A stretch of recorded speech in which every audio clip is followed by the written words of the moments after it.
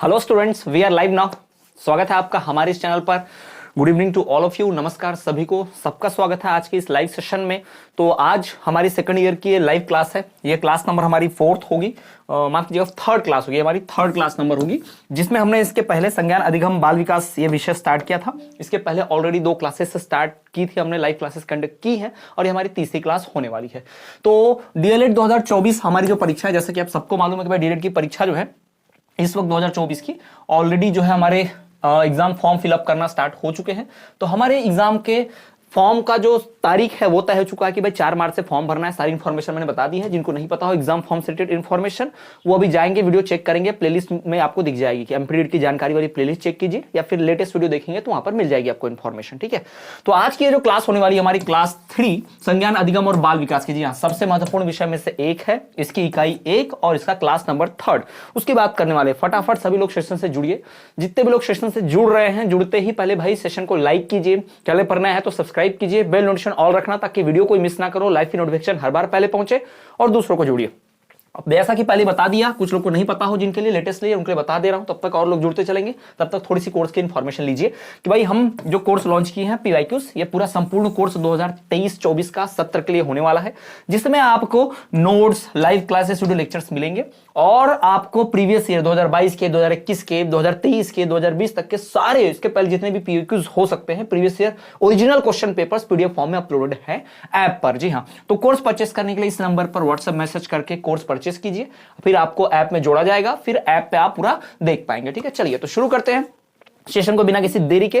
जो लोग लेट से जुड़े हैं सभी को गुड इवनिंग, गुड इवनिंग, स्वागत है सबका सेशन में। पहले बता दूं कि आज हम बात करने वाले संज्ञान अधिगम और बाल विकास विषय की, ध्यान रखिएगा। और ये हमारा लेक्चर नंबर 3 होने वाला है, जिसमें बहुत महत्वपूर्ण बातें, व्यवहारवाद के सिद्धांत की बात होगी। ठीक, इसके पहले भी सेशन का मैंने ब्लूप्रिंट आपको बताया था कि भाई ब्लूप्रिंट के बारे में आपको इन्फॉर्मेशन होनी ही चाहिए। ठीक है, इकाई 1 का ब्लूप्रिंट पहले भी मैं इन्फॉर्म कर चुका हूं कि भाई इस पे जो अंक आवंटित है कुल 10, यहां पर 10 नंबर मिलते हैं। भाई यहां से आपको 3 बहुविकल्पीय प्रश्न पूछे जाते हैं। जी हां, बहुविकल्प यानी कि एमसीक्यू जो पूछे जाते हैं, वस्तुनिष्ठ 3, फिर अति लघुत्तर वेरी शॉर्ट 2 प्रश्न, और लघुत्तर यानी 1 प्रश्न 3 मार्क्स वाला भी पूछा जाता है। तो इस प्रकार से कुल 10 अंक इसके हो गए हैं। ठीक है, चलिए तो बढ़ते हैं आगे और शुरू करते हैं हमारा टॉपिक। फटाफट सेशन से जुड़िए। देखिए, तो सेशन में सबसे महत्वपूर्ण बात जो है वो देखिए भाई, हमारा आज का टॉपिक सबसे महत्वपूर्ण, ये ऑलरेडी पीवाईक्यू क्वेश्चन है, प्रीवियस ईयर क्वेश्चन है, ये पहले भी आ चुका है और आने वाली डेट की परीक्षा के लिए मुझे बहुत इंपॉर्टेंट ये लग भी रहा है, इसलिए बता पा रहा हूं कि भाई हाँ आ सकता है, इस पर ध्यान जरूर देना है। तो चलिए, सवाल क्या है, टॉपिक क्या है? व्यवहार पर कोहलर के सिद्धांत। जी हां, व्यवहार पर, जिसे हम बिहेवियरिज्म कहते हैं, व्यवहारवाद कहते हैं, अंग्रेजी में इसको बिहेवियरिज्म कहा जाता है।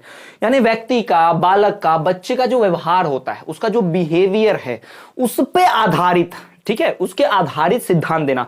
मतलब कब व्यवहार बदलता है, कब व्यवहार कैसा होता है। ठीक है, ये बता रहा हूं। देखो, बुक से और सीरीज से पढ़ने से नुकसान क्या है? बुक में पूछेगा कोहलर के व्यवहारवाद के सिद्धांत के दोष बतलाइए, ठीक है, या फिर आपको पूछ देगा कुछ 1-2 चीजें पूछेगा। यानी सीरीज में आपको किसी भी टॉपिक के 1-2 प्रकार के प्रश्न रहेंगे, लेकिन अगर चौथे प्रकार से पूछ दिया, 5वें प्रकार से घुमा के पूछ दिया, तब कहां से करोगे? इसलिए बुक और सीरीज को पढ़ने से बचो और नोट्स से पढ़ना चालू करो, और 90% 80% गेन करना चाहते हो तो ही। ठीक है, अब मैं यहां पर आपको जैसे व्यवहारवाद का सिद्धांत बताऊंगा यहां पर, तो फिर भाई व्यवहारवाद कब हुआ, किसने दिया, क्यों दिया, क्या होता है, दोष क्या है, फायदे क्या है, सब पढ़ा दूंगा। फिर चाहे घुमा फिरा के कितना भी प्रश्न आ जाए, आप उसको लिख पाओगे परीक्षा में, है ना। लेकिन यह सुविधा आपको सीरीज में नहीं मिलेगी, बुक में नहीं मिलेगी, इसलिए आपको नोट्स पर ध्यान देना है, सीरीज और बुक पर नहीं। ठीक है, चलिए, तो व्यवहारवाद जिसे हम बिहेवियरिज्म भी कहते हैं, इसे बिहेवियरिज्म भी कहा जाता है, ध्यान रखिएगा। क्या कहते हैं इसे? बिहेवियरिज्म भी कहते हैं। तो इसका जो कोहलर ने जो सिद्धांत दिया है, कोहलर ने इसके ऊपर जो बातें लिखी हैं, जो बातें कही हैं, उसकी बात करते हैं। तो भाई यह सिद्धांत गेस्टाल्ट मनोवैज्ञानिक की देन है। पहली बात तो ये कि ये जो सिद्धांत है, ये कोहलर का, व्यवहार पर कोहलर ने जो सिद्धांत दिया है, ये गेस्टाल्ट वैज्ञानिक की देन है। ये ध्यान रखेंगे आप, किसकी देन है? ये गेस्टाल्ट वैज्ञानिक जो है उनकी देन है। तो उन्हीं के व्यवहार को, उनके ही थ्योरी को, उनके ही कॉन्सेप्ट को आगे बढ़ाया किसने? हमारे कोहलर भाई साहब ने। ठीक है, ध्यान रखिएगा, कोहलर जी ने उसको आगे बढ़ाया। चलो आगे बात करते हैं। पहला बात तो ये हो गया कि किसकी देन है? कोहलर व्यवहार पर जो सिद्धांत है, अगर आपको पूछे, अब यहां से ऑब्जेक्टिव एमसीक्यू वस्तुनिष्ठ भी बन सकता है, इसको ध्यान में रखना भाई, क्योंकि भाई आपको घुमा फिरा के कुछ भी पूछ सकता है, और यहां से 3 आपको ऑब्जेक्टिव तो आने ही है, वस्तुनिष्ठ प्रश्न 1 नंबर वाले, तो पूछ सकता है कि व्यवहार पर किसने सिद्धांत दिया, तो आप बताएंगे गेस्टाल्ट ने दिया है, ठीक है ना। किस मनोवैज्ञानिक ने बिहेवियरिज्म या फिर व्यवहारवाद पर अपना सिद्धांत दिया है, अगर ऐसा सवाल पूछा तो कौन सा वैज्ञानिक है वो, गेस्टाल्ट मनोवैज्ञानिक है, ध्यान रखिए ना, ये बात तो क्लियर हुई, कौन सा मनोवैज्ञानिक है वो, गेस्टाल्ट, ठीक है, उसने व्यवहारवाद पर सिद्धांत दिया है। दूसरा, कोहलर के इस सिद्धांत का मुख्य समर्थक था, ठीक है, कोहलर जो था बड़ा इंप्रेस था उनसे, ये जो हमारे कोहलर भाई साहब हैं वो गेस्टाल्ट से बड़े इंप्रेस हैं भाई, गेस्टाल्ट को बहुत मानते हैं कि भाई गेस्टाल्ट भाई ने जो भाई मैं बोल रहा हूं मतलब एक जनरल लैंग्वेज में, ठीक है, लेकिन उनके भाई नहीं थे, तो गेस्टाल्ट जी ने जो भी सिद्धांत दिया उस सिद्धांत से कोहलर जी बड़े प्रभावित हुए। एक बात तो आप ओरिजिनली दिमाग में बिठा लीजिए, पॉइंट आउट कर लीजिए कि व्यवहारवाद पर जो सिद्धांत है वो गेस्टाल्ट ने दिया है, लेकिन उसी सिद्धांत को सपोर्ट करते हुए और अच्छे से बताया है कोहलर ने। तो ओरिजिनली अगर देखा जाए मूल रूप से कोहलर का सिद्धांत तो है ही नहीं, व्यवहारवाद जो है, बिहेवियरिज्म जो है, वो किसका सिद्धांत है, वो सिद्धांत है गेस्टाल्ट का, है ना, वो गेस्टाल्ट का सिद्धांत है, क्योंकि भाई व्यवहारवाद पर सिद्धांत तो इन्होंने दिया, लेकिन इनके इस प्रिंसिपल को, इनके इस सिद्धांत को ज्यादा फेवरेटिज्म, ज्यादा सपोर्ट किससे मिला है, कोहलर जी से मिला है, ठीक है। तो कोहलर जी गेस्टाल्ट जो मनोवैज्ञानिक हैं, जो साइकेट्रिक है ना, साइकोलॉजिस्ट हैं, उनके थ्योरी को, व्यवहारवाद के उनकी थ्योरी को ज्यादा सपोर्ट कोहलर जी ने दिया। यानी कह सकते हैं कि गेस्टाल्ट ने थ्योरी दी और उस थ्योरी को आगे बढ़ाया, अच्छा कहा, सपोर्ट दिया किसने, कोहलर ने, और कोहलर हमारे लिए बहुत इंपॉर्टेंट है, ध्यान रखिएगा, ठीक है।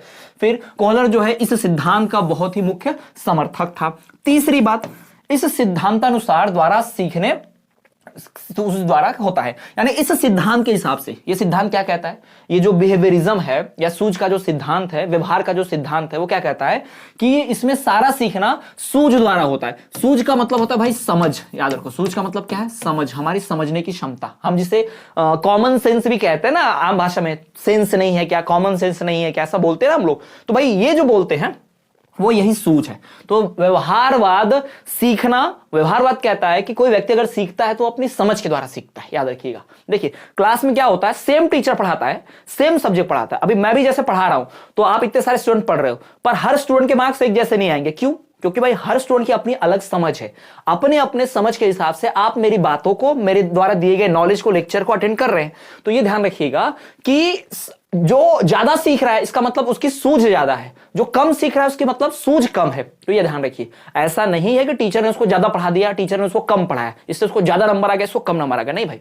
टीचर क्लास में बोलता तो एक जैसा सबके लिए बोलता है, सबके कानों में एक जैसी आवाज जा रही है ना, सबको एक जैसा ही थ्योरम फॉर्मूला पढ़ा रहा हूं मैं भी फिलहाल, ठीक। लेकिन जो मेरी बातों को ज्यादा ध्यान से समझेगा, क्योंकि किसी के पास ज्यादा सूझ होगी, है ना, किसी के पास कम सूझ होगी, कोई काम करते करते वीडियो लेक्चर देख रहा होगा, कोई ईयरफोन लगा के देख रहा होगा, है ना, किसी का ध्यान कहीं और होगा, कोई कॉपी किताब लेकर बैठा है, नोट्स भी बना रहा है, बाकायदा सुन रहा है मेरी बातों को, है ना, या हम जिसने नोट्स परचेस किए उसने पहले से पढ़ रखा है तो उसको अपनी बातों को ध्यान दे रहा है, तो उसको ज्यादा समझेगा, सिंपल सी बात है, ठीक। तो हमारे कोहलर जी ने कहा कि सीखना जो होता है वो सूझ के द्वारा होता है, ठीक। आगे बढ़ते हैं, अगली बात क्या कही, इस सिद्धांत का यह निश्चय है कि संपूर्ण भागों की अपेक्षा अधिक महत्वपूर्ण अर्थपूर्ण है, ठीक है। इस सिद्धांत का सबसे इंपॉर्टेंट बात है, इस सिद्धांत की क्या इंपॉर्टेंट बात है, इस सिद्धांत में कहा गया है कि पूरा पढ़ने से बेटर, है ना, संपूर्ण होल पढ़ने से बेटर भाई भागों में यानी पार्ट्स में पढ़ना बेटर होता है, ठीक है। बचपन का छोटा सा बात बता रहा हूं, बचपन में जब मैं पहली दूसरी में था तो 1-2 लाइन के क्वेश्चन आंसर्स होते थे, प्रश्न उत्तर, ठीक है। अब मैं इंग्लिश मीडियम से पढ़ा हूं तो क्वेश्चन आंसर बता रहा हूं, तो 2 लाइन के 3 लाइन के याद करना बड़ा आसान रहता था। फिर जैसे ही चौथी पांचवी में गया ना, अचानक से सर 5-5, 8-8 लाइन के आंसर्स दिखाने लग गए। अब भाई अरे भाई 8 लाइन का आंसर, पूरा दहशत माहौल रहता था क्लास में कि भाई सर ने इतने बड़े बड़े आंसर लिखवा दिए, 8 लाइन का, जिंदगी में पहली बार भाई 8 लाइन का आंसर लिखने मिला हुआ है, ठीक है। तो सब लोग घबराते थे, और जिसने वो 8 लाइन का आंसर याद कर लिया, बचपन में सब रटते थे यार, मैं भी रटता था, ऐसा कुछ ये नहीं है, कोई मैं ये नहीं बोलने वाला हूं कि मैंने बहुत ये किया है, बहुत समझदार था भाई, हम रटते थे, सभी लोग रटते थे, आप सब भी मेक श्योर बचपन में हम बोल बोल के रट लेते थे क्वेश्चन आंसर, 2-2, 3-3 लाइन के होते थे, याद करना आसान होता था, और बचपन में हम सबकी बुद्धि तेज होती है, फट से याद हो जाता था। तो हम 8 लाइन का जिसने भाई याद कर लिया, रट लिया, उसका तो भाई माहौल ही क्लास में एकदम कॉलर टाइट, एकदम माहौल, भाई 8 लाइन का आंसर याद कर लिया इसने, ठीक है।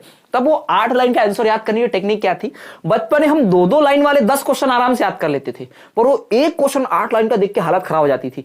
तो इसलिए क्या दिमाग लगाता था मैं ऐसा करता था, बाकी भी वही करते होंगे, कि वो 8 लाइन के क्वेश्चन, वो उत्तर को 2-2 लाइन में बांट दिया, दो दो दो करके। अब कितने उत्तर हो गए? 4। यानी दो दो अंकों के समझ लो 4 क्वेश्चन पढ़ रहे तो अपने आप 8 लाइन का याद हो गया। तो ये तरीका अपनाया। यानी 8 लाइन का एक साथ पढ़ना मुश्किल होता है, लेकिन दो दो लाइन के आप 4 को पढ़ लो, बड़ा आसान हो जाएगा। तो यही यहां बोला गया।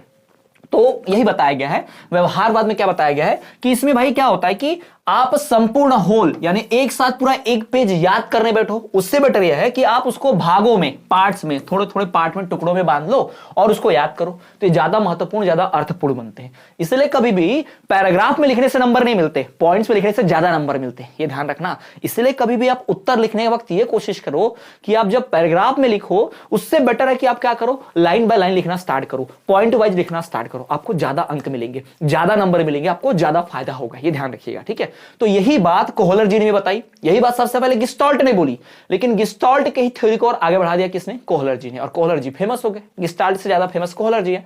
एक्चुअली गेस्टाल्ट भी फेमस है, पर ये पश्चिमी देशों में कुछ ज्यादा फेमस है। और गेस्टाल्ट को, उसकी भाषा को, उनके थ्योरी को एकदम सरल रूप में और हमारे सामने ला दिया किसने? कोहलर जी ने। तो इसलिए कोहलर का नाम हम ज्यादा जानते हैं, है ना। अभी जैसे क्या होता है, पुराने गानों के रीमेक बनते हैं, तो जिसने पुराने गाने नहीं सुने होंगे आजकल के बच्चे, तो उनको लगता है कि ये तो नया गाना है, लेकिन भाई उस गाने को एकदम बेहतर ढंग से तो पहले गाया गया था, पर उसको और आज के जमाने से सजा के रिमिक्स करके ला दिया, तो फेमस हो गया गाना। तो बिल्कुल वैसा ही गेस्टाल्ट जी ने दिया अपना थ्योरम, तो बहुत पहले दिया और कठिन भाषा में दिया, एक्सपर्ट लोग समझ सकते थे। फिर कोहलर जी ने उसको और थोड़ा इजी कर दिया ताकि सब लोग समझ सके। कोहलर का नाम ज्यादा फेमस हो गया, क्योंकि एकदम कठिन चीज पढ़ने वाले कम लोग रहते, लेकिन आसान चीज पढ़ने वाले सब रहते, तो सबके भी ज्यादा पॉपुलर कौन हो गए? कोहलर जी हो गए, ठीक। तो ये ध्यान रखेंगे। एक और बात यहां पर ध्यान रखेंगे, 5वीं, कि पदार्थों के भावपूर्ण संगठन के लिए भिन्न भिन्न मनुष्य पृथक पृथक नियमों का प्रयोग करते हैं। याद रखो कि एक ही चीज को समझने के लिए, सीखने के लिए, एक ही चीज की बात करने के लिए लोग अलग अलग तरीकों का प्रयोग करते हैं। जैसे मैं डीएलएड पढ़ा रहा हूं तो मेरा तरीका अपना अलग है, किसी और से भी आपने कभी देखा होगा कोई डीएलएड पढ़ाया होगा, उसका तरीका अलग होगा, है ना। तो एक ही चीज पढ़ाना है, एक ही सिलेबस है, एक ही कोर्स है, लेकिन पढ़ाने का तरीका सबका अलग अलग है। तो बिल्कुल वही, एक ही काम को करने का, एक ही काम को सीखने का अलग अलग मनुष्य, भिन्न भिन्न मनुष्य जो है पृथक पृथक नियम, पृथक मतलब होता है अलग अलग, पृथक पृथक अलग अलग नियम जो है इस्तेमाल करते हैं, अलग अलग टुकड़ों में, अलग अलग चीजों में, टुकड़ों में बात करते हैं, उस काम को करते हैं, सीखते हैं। क्लियर? समझ में आ गया मैं क्या कहना चाहता हूं? मैं मतलब कोहलर जी क्या कहना चाहते हैं, ये कोहलर जी की बातों को मैं समझा रहा हूं यहां पर, है ना। एक क्विक रिवीजन कर लिया जाए। समझ में आ रहा है तो यस सर बोल दो, थम्स अप दे दो कि हां सर समझ में आ रहा है, ठीक है। सभी लोग यस सर बोल दो, थम्स अप दे दो कि हां सर समझ में आ रहा है, क्लियर है, सब कुछ क्लियर है। ओके चलो आगे बढ़ते हैं और एक क्विक रिवीजन ले ले कोहलर जी के सिद्धांत की। पहली बात कि व्यवहारवाद यानी कि व्यवहार यानी कि बिहेवियरिज्म, इस पर जो सिद्धांत दिया है वो गेस्टाल्ट ने दिया है। गेस्टाल्ट मनोवैज्ञानिक है। गेस्टाल्ट कौन है भाई? एक मनोवैज्ञानिक है, इसने ही व्यवहार पर सिंबल दिया। व्यवहार पर किसने दिया सिद्धांत? गेस्टाल्ट ने। गेस्टाल्ट कौन है? मनोवैज्ञानिक है। और इस गेस्टाल्ट मनोवैज्ञानिक को ज्यादा मानता है कौन? कोहलर। कोहलर के भाई पसंदीदा व्यक्ति है। गेस्टाल्ट की बातों से कोहलर जो है बड़ा उनका समर्थक था, बहुत सपोर्टर था, बढ़िया मुख्य, है ना। तो कोहलर इस सिद्धांत का मुख्य समर्थक था। उसने कहा, इस सिद्धांत में क्या बताया गया कि जो सीखा जाता है वो सूझ के द्वारा सीखा जाता है, यानी जिसकी सूझ जितनी होगी वो उतना सीख पाएगा। अगर कोई 100% सीख जा रहा है तो उसकी सूझ एकदम 100% है। अगर कोई टीचर का बताया हुआ आधी चीजें ही सीखता है, उसकी सूझ उस लायक नहीं है, वो आधा ही सीख पा रहा है। ये ध्यान रखें, ये सारा कोहलर के सिद्धांत में था। और बात कि भाई इस सिद्धांत में एक साथ पूरा याद करने से बेटर होता है थोड़ा थोड़ा याद करो, यानी इसमें संपूर्ण न समझ के थोड़े थोड़े भागों में, पार्ट्स में याद रखो तो ज्यादा अर्थपूर्ण, ज्यादा महत्वपूर्ण रहता है। यानी पूरे पैराग्राफ में ये एक पेज भर के उत्तर लिखने से अच्छा है कि आप 7-8 पॉइंट में उत्तर लिखिए, तो आपको ज्यादा अच्छा लगेगा। कम कम लिखना पड़ेगा, दूसरा बहुत अच्छा लिख पाएंगे, टीचर चेक करते वक्त पूरे पॉइंट पे ध्यान दे पाएगा अच्छे से, है ना, और आपको पूरे पूरे नंबर मिल पाएंगे। तो ये कोहलर जी के सिद्धांत की बात हुई, ठीक। चलो आगे बढ़ते हैं। अब इन्होंने एक और इसमें बताया था कि सूझ के द्वारा सीखा जाता है ना। अब हमने ये पढ़ा कि व्यवहारवाद में बताया गया है कि सीखना जो होता है, अधिगम जो होता है, लर्निंग जो होती है वो कैसे होती है? वो सूझ से होती है ना, सूझ से होती है, ठीक। तो सीखना जो होता है वो सूझ से होता है। ये किसने कहा था भाई? है ना, ये कहा था सूझ द्वारा सीखना, है ना। सीखना जो होता है वो सूझ के द्वारा होता है। ये कहना किसका है? तो भाई ये कहना है हमारे गेस्टाल्ट और हमारे कोहलर जी का। तो उन्होंने बताया कि सीखना सूझ के द्वारा है। तो सूझ के जो नियम बताए गए यहां पर, सूझ से जो सीखते हैं यानी सीखने के यहाँ पर नियम बताए गए हैं, तो यहां पर टोटल 3 नियम है। एक है समानता का नियम, दूसरा है निकटता का नियम, तीसरा है निरंतरता का नियम। तो चलो आओ इन तीनों की बात करते हैं, इन तीनों को ध्यान से देखते हैं, समझते हैं तीनों की बात क्या है। सूझ के द्वारा सीखना, अपनी सेंस ऑफ ह्यूमर, अपने दिमाग की मदद से सीखना, है ना, ये जो है व्यवहारवाद का सिद्धांत है। तो ये जो सीखना भी है 3 प्रकार से, 3 नियम है इसमें फॉलो, प्रकार तो नहीं बोलेंगे एक्चुअली हम बोलेंगे इसमें 3 नियम है, यानी 3 रूल्स फॉलो करने। अगर आपको अपनी सूझ से सीखना है तो आपको 3 नियम फॉलो करने पड़ते हैं। अगर वो 3 नियम फॉलो करोगे तो अच्छे से सीख पाओगे, नहीं फॉलो करोगे तो नहीं सीख पाओगे, है ना। चलो बहुत आसान है, ये आपको भी हेल्प करेगा भी, आप अपने लाइफ में भी उसको उतार सकते हैं या फिर आपके छात्रों को सुधार सकते हो इससे, ठीक है। चलो, तो पहला समानता का नियम, यानी कि भाई इक्वालिटी, समान, है ना, समानता का नियम, समान होना चाहिए। ऐसा क्या होता है, जैसे मान लो एक मैडम फीमेल टीचर हो, अगर वो लड़कियों को पढ़ा रही है तो लड़कियां उनसे ज्यादा कनेक्ट कर पाती हैं। अगर कोई सर है वो पढ़ा रहे लड़कों को, तो लड़के सर से ज्यादा कनेक्ट कर पाते हैं। ऐसा इसलिए होता है क्योंकि भाई सेम, अब जैसे मान लो मैं अगर अमेरिका पढ़ने चला जाऊं, है ना, पूरी क्लास में सारे भूरे भूरे गोरे गोरे लोग हैं और इंग्लिश बोल रहे हैं, है ना, और मैं उसमें अकेला बैठा हुआ इंडियन। अब बताओ मुझे, अब पढ़ा रहा है टीचर भी क्या है, अंग्रेज। अब मैं ज्यादा सीख पाऊंगा कि वो अंग्रेज ज्यादा सीख पाएंगे? वो ज्यादा सीख पाएंगे क्योंकि उनका टीचर उनके समान है और वो अधिकतर लोग एक जैसे दिखते हैं और मैं असमान होऊंगा। तो पहला नियम ये कहता है कि सीखने के लिए समानता चाहिए, यानी आप जो सीखना चाहते हैं, अगर उस सीखने वाली चीज में और आप में कोई समान चीज है, जैसे मान लो मैं डीएलएड पढ़ा हूं और आपको डीएलएड पढ़ा रहा हूं, ठीक है। अगर आप यहां डीएलएड पढ़ने आए और मैं बीएड पढ़ाने लग जाऊं, तो बताओ क्या आप सीख पाओगे? नहीं सीख पाओगे, क्योंकि हम में कुछ समानता ही नहीं है। आप पढ़ने आए डीएड, मैं पढ़ाने बैठ गया बीएड, तो हम समान कहां रह गए? तो याद देखिए, जब आप में और आप जिससे सीखना चाहते हो उसमें कुछ समानता होती है तो आप ज्यादा अच्छा सीख पाते हो, है ना। तो ये बताया गया है कि अर्थात रूप, आकार, रंग इस क्षेत्र में भावपूर्ण संगठन का कारण है। यानी कि पहला नियम है, सीखने का पहला नियम यह है कि समानता होनी चाहिए। अगर किसी चीज में समानता है तो आप सीख पाओगे। अगर मुझे हिंदी समझती है और मैं ऐसे स्कूल में पढ़ने जा रहा हूं जहां पर उर्दू में पढ़ाया जाता है, तो बताइए क्या मैं अच्छे से सीख पाऊंगा? नहीं सीख पाऊंगा, मेरे सीखने का, मेरी सूझ के ऊपर फर्क पड़ेगा, याद रखिएगा। लेकिन अगर मैं हिंदी बोलता हूं और ऐसे स्कूल में पढ़ा जहां हिंदी में पढ़ाया जाए, तो मैं जल्दी सीख पाऊंगा, मेरी सूझ अच्छे से काम करेगी, है ना। वही बात यहां बताई गई है, यही समानता का नियम है। यानी सीखने के लिए सबसे आसान काम क्या है कि भाई मतलब सीखने में क्या चीज मदद करती है वो बताएगा यहां पर। सीखने में क्या मदद करती है? समानता होना चाहिए। रूप का, आकार का, रंग का, इस चीजों का अगर अच्छा समानता होगा तो बढ़िया से सीख पाएंगे। दूसरा, निकटता का नियम, क्लोजनेस, भाई अर्थात वे पदार्थ जो समीप होते हैं संगठन में सहायता देते हैं। यानी जो चीजें पास पास में है, समीप है ना, वो ज्यादा सहायता करते हैं। जैसे कि कोई हमारे आस पास का टीचर हो और कोई दूसरे देश से टीचर आ जाए पढ़ाने, तो हम नहीं सीख पाएंगे उससे बेटर। जो समीप होते हैं उनसे ज्यादा चीजें सीख पाते हैं। जो जैसे कभी कभी क्या होता है, अभी अब पता नहीं आप लोगों ने फॉलो किया कि नहीं, आप लोग कभी हॉस्टल लाइफ रहे कि नहीं, मैं तो हॉस्टल में रहा हूं। तो क्या होता है, हमारा टीचर हमको जो पॉइंट पढ़ाता है, जो टॉपिक पढ़ाता है, वो कभी उतना समझ में नहीं आता, लेकिन हमारे दोस्त हमको समझाता है, फट से समझ जाता है टॉपिक। क्यों? हम अपने दोस्त के क्लोज हैं, निकट है ना, निकटता है हमें, तो हम एक दूसरे से बॉन्ड बना पाते हैं, तो फट से वो चीज समझ जाती है। तो कई स्टूडेंट तो ऐसा करते हैं कि टीचर पढ़ाता ध्यान नहीं देते, उनका स्टूडेंट उनसे दोस्त से पढ़ते हैं, एक रात पहले, 1 नाइट पहले उनका दोस्त पढ़ा देता है, फटाफट एग्जाम में पास भी हो जाते हैं। ऐसा हॉस्टल में बड़ा होता था, क्योंकि साल भर तो हम जो बॉयज रहते थे, हॉस्टल बॉयज सारे नालायक, ध्यान देते नहीं पढ़ाई पर, मजाक मस्ती मौज मस्ती। लेकिन परीक्षा आ गई तो भाई फिर रात भर जागना होता था, तो 1 रात 2 रात पहले हमारा दोस्त पूरा पढ़ा देता था हमको और हम पास हो जाया करते थे। कुछ इस प्रकार की चीजें है ना। तो निकटता का नियम। तीसरा जो है निरंतरता का नियम, कंटिन्यूअस, यानी सीखने के लिए आपको निरंतर रहना पड़ेगा। जैसे अभी कोई लेक्चर अटेंड कर रहा है, अभी लेक्चर 18 मिनट का लगभग हो चुका है, किसी ने 5 मिनट स्टार्टिंग में किया, फिर 2 मिनट गायब रहा, फिर लेक्चर में आया, फिर गायब हुआ। ऐसा करते करते क्या वो ढंग से सीख पाएगा? नहीं।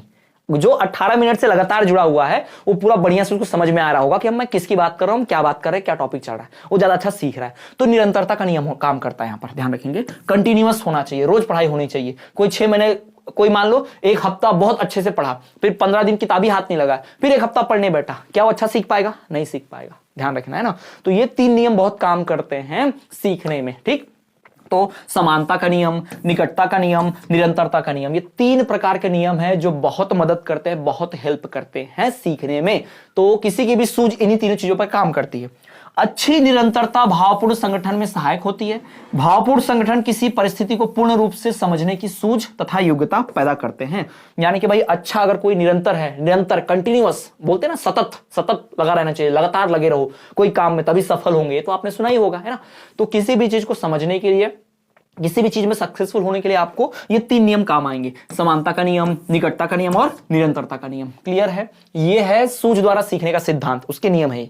चलो आगे बढ़ते हैं। अगला है कोहलर के सूज के नियम। अब कोहलर भाई ने जो सूज के नियम बताए हैं उनकी भी बात कर लेते हैं। वो तो सूज पे जो गेस्टॉल्ट जी ने अपने नियम दे रखे थे उसकी बात हुई। अब हम बात करेंगे कोहलर जी के नियम, उनने क्या नियम दे रखे। तो यहां पर टोटल 5 नियम है, उन 5 नियम को चले पढ़ते हैं। ठीक है, तो कोहलर जी के सूज के जो नियम है, कोहलर के जो सूज के नियम है उन नियमों की बात करते हैं। तो उन नियमों में भाई सबसे पहले देखो, सबसे पहला सूझ योग्यता पर निर्भर करती है। हमारी जो सूझ होती है, हमारी जो समझ होती है, हमारी जो एबिलिटी है, हमारी जो क्षमता है ना, वो हमारी योग्यता पर, हम किस लायक है। ठीक, दूसरी बात, सूझ पहले सार्थक अनुभव पर निर्भर होती है। सूझ जो होती है वो सार्थक अनुभव, सार्थक मतलब सही काम का एक्सपीरियंस। तीसरा, सूझ द्वारा प्राप्त किए हल को नई परिस्थिति में प्रयुक्त किया जा सकता है। ठीक, सूझ द्वारा प्राप्त किए गए हल को, यानी अपनी समझ से कुछ सीखा तो उस समझ को ना आप दूसरे परिस्थिति में दूसरे काम को करने में भी हेल्प कर सकते हो, याद रखिएगा, क्योंकि आपने अपने खुद से करके सीखा है। जैसे कई बार ऐसा होता है कि मैथ्स वाले सर एक क्वेश्चन मैथ्स का करा देते थे और बोलते थे बाकी आप हल करके लाओ। तो कुछ बच्चे क्या करते हैं, अपने मन से ही बाकी क्वेश्चन बनाते थे और फिर उसके बाद की भी एक्सरसाइज बना लेते थे और भी क्वेश्चन सॉल्व कर लेते थे, क्यों, उन्हें खुद से सॉल्व किया। और हम लोग, जैसे मेरा मैथ तो शुरू से कमजोर रहा, तो हम टीचर से अगर पढ़ते थे, टीचर के ऊपर निर्भर रहते थे, तो टीचर जो सिखाया वो क्वेश्चन तो बन गया, वो क्वेश्चन आ गया, लेकिन दूसरा क्वेश्चन हमसे बनता ही नहीं था। क्यों, क्योंकि हम टीचर पर निर्भर थे, खुद से कुछ नहीं किया था। तो खुद से जब कुछ सीखते हो, खुद से कोई हल प्राप्त करते हो, तो उसका इस्तेमाल अपने दूसरे कामों को हल करने में लगा सकते हो, है ना। नहीं तो दूसरे के द्वारा सिखाया गया तो वो एक ही काम आएगा, लेकिन खुद के द्वारा सीखा है तो दूसरे काम में भी काम आ जाएगा आपका वो सीखा हुआ। चौथा, सूझ प्रयोगात्मक क्रम पर निर्भर होता है। सूझ जो होती है, हमारी जो सूझबूझ, हमारी जो सेंस है ना, हमारी जो सेंस ऑफ ह्यूमर है, हमारी जो समझदारी है, वो प्रयोगात्मक क्रम पर निर्भर होती है, यानी प्रैक्टिकल चीजों पर रहती है। प्रयोग करते रहोगे, सीखते जाओगे। जहां आपने काम करना बंद किया, पढ़ना बंद किया, और आप सीखना बंद कर जाओगे, है ना। पांचवा, सूझ खोज का मार्ग अपनाती है। सूझ जो होता है वो खोज का, यानी कुछ नया ढूंढ निकालती है, याद रखिएगा, रटा रटाया नहीं। जो लोग रटते हैं वो बस उतना ही जानते हैं जितना रटा हुआ लिखा गया था, लेकिन जो खुद से ज्ञान प्राप्त करते हैं, खुद से समझते हैं, जो लिखा है वो तो पता ही होता है उनको, लेकिन उसके पीछे क्या है, ये क्यों हुआ, वैसे क्यों हुआ, वो जान भी लेते हैं, वो भी बातें वो जान लेते हैं। तो याद रखिएगा, सूझ जो होती है वो खोज का मार्ग अपनाती है। इसमें क्यूरियोसिटी होती है। इसमें रटने में क्या है, टीचर ने जो लिखा दिया बच्चे उसको रट लेते हैं, कोई सवाल नहीं करते सर ये क्यों लिखाया, वो क्यों लिखाया। पर जो समझदार होता है, जो छात्र उसको समझने की कोशिश करता है, जो उसके आगे पीछे सब कुछ जानने की कोशिश करता है, तो वो खोज करता है, खोज का मार्ग अपनाता है ना, सब तरफ उसका ध्यान जाता है, आगे पीछे सब कुछ। ठीक, तो ये कोहलर के सूझ के नियम है। ये पीवाईक्यू है, 2019 में पूछा था, कंपार्टमेंट एग्जाम भी थी 2022 में, उसमें भी पूछा था, 2 बार ये पूछा जा चुका है, तो बहुत महत्वपूर्ण है, पीआईक्यू है। हो सकता है कि शायद आ जाए, चांसेस कम है इसके, उतने चांसेस नहीं है इस साल आने के, लेकिन हाँ इंपॉर्टेंट है, आ गया तो लिखते बनना चाहिए भाई। ठीक है, तो ये कोहलर के सूझ के नियम है। चलो आगे बढ़ते हैं, आगे कोहलर के सिद्धांत का महत्व, शिक्षा में उपयोग। अभी तो इसका हम दोष भी पढ़ेंगे कि भाई ये भाई साहब ने जो अब बताया है उसमें दोष क्या है ना, इसके दोष की भी बात करेंगे। जैसे अभी दिया हुआ है तो इसके दोष, इसमें क्या प्रॉब्लम्स हैं, उसकी बात भी हम यहां पर कर लेंगे। ठीक है, उसकी बात भी करेंगे। चलो तो आगे बढ़ा जाए। उसके जो सिद्धांत दिए उसने, कोहलर के सूझ के नियम तो हमने पढ़ लिए 5। अब हम बढ़ते हैं आगे कि भाई उसके सिद्धांत का महत्व क्या है। यानी कोहलर ने सिद्धांत दे दिया, चलो हमने पढ़ लिया, क्या फायदा हुआ, कुछ तो फायदा होना चाहिए ना। तो वो फायदा कहां कहां हुआ, उसके सिद्धांत का, उसके काम का, कोहलर की मेहनत जो है कहां कहां में काम में आती है ना, हमारे लिए फायदेमंद कैसे, वो पढ़ते हैं। तो पहला, श्रेणी का पाठ्यक्रम एक इकाई हो, अर्थात भिन्न भिन्न विषयों के बीच संबंध हो, यानी जो डिफरेंट सब्जेक्ट होते हैं उनके बीच रिलेशन होना चाहिए।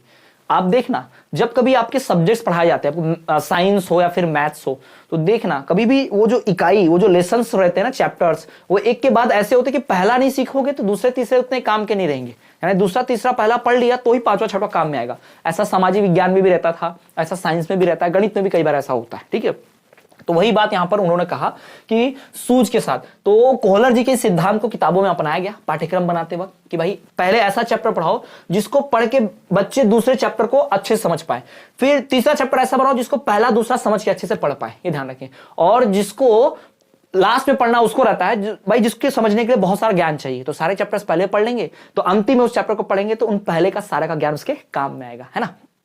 तो ये चीजें हो सकती हैं, तो यही बात ध्यान में रखना है। ठीक है, दूसरा क्या था इसमें, पाठ एक इकाई हो, क्योंकि ये सूझ तभी संभव है यदि परिस्थिति का पूर्ण रूप से ज्ञान हो।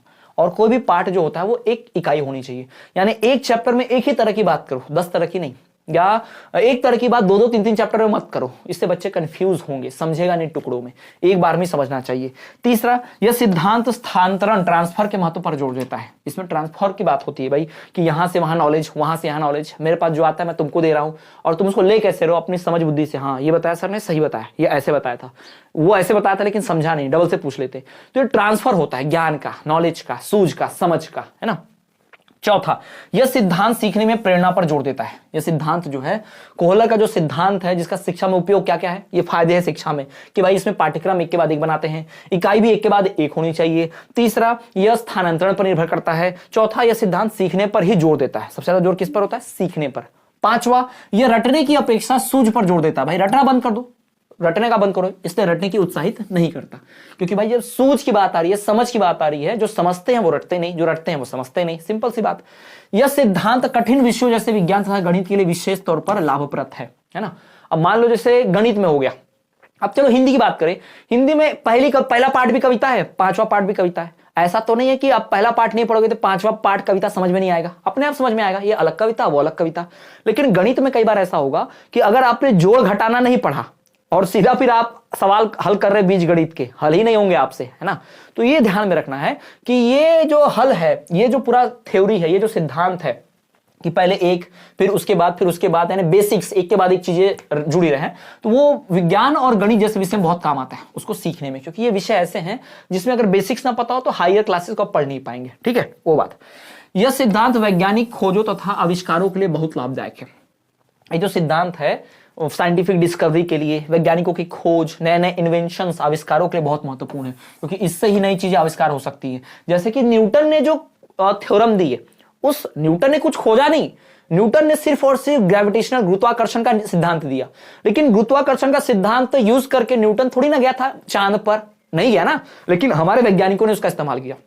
यानी पहले न्यूटन नहीं ढूंढा होता तो हम चांद पर नहीं जा सकते।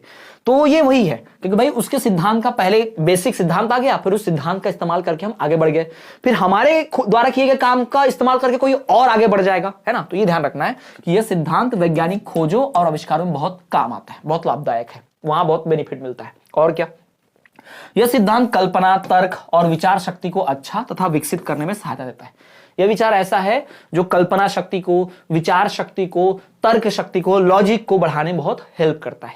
अब भाई आप रटोगे नहीं अगर आप नहीं रटते। देखो जो व्यक्ति रटता है, जैसे कोई रट लिया, यह रटने की अपेक्षा सूझ पर दो देता है, यह रटने की अपेक्षा सूझ पर दो देता है, कोई रट लिया इसको, पर क्यों पूछा ही नहीं। यह सिद्धांत रटने पर क्यों जोर नहीं देता, यह सिद्धांत सूझ पर कैसे जोर देता है, वो सवाल नहीं करेगा।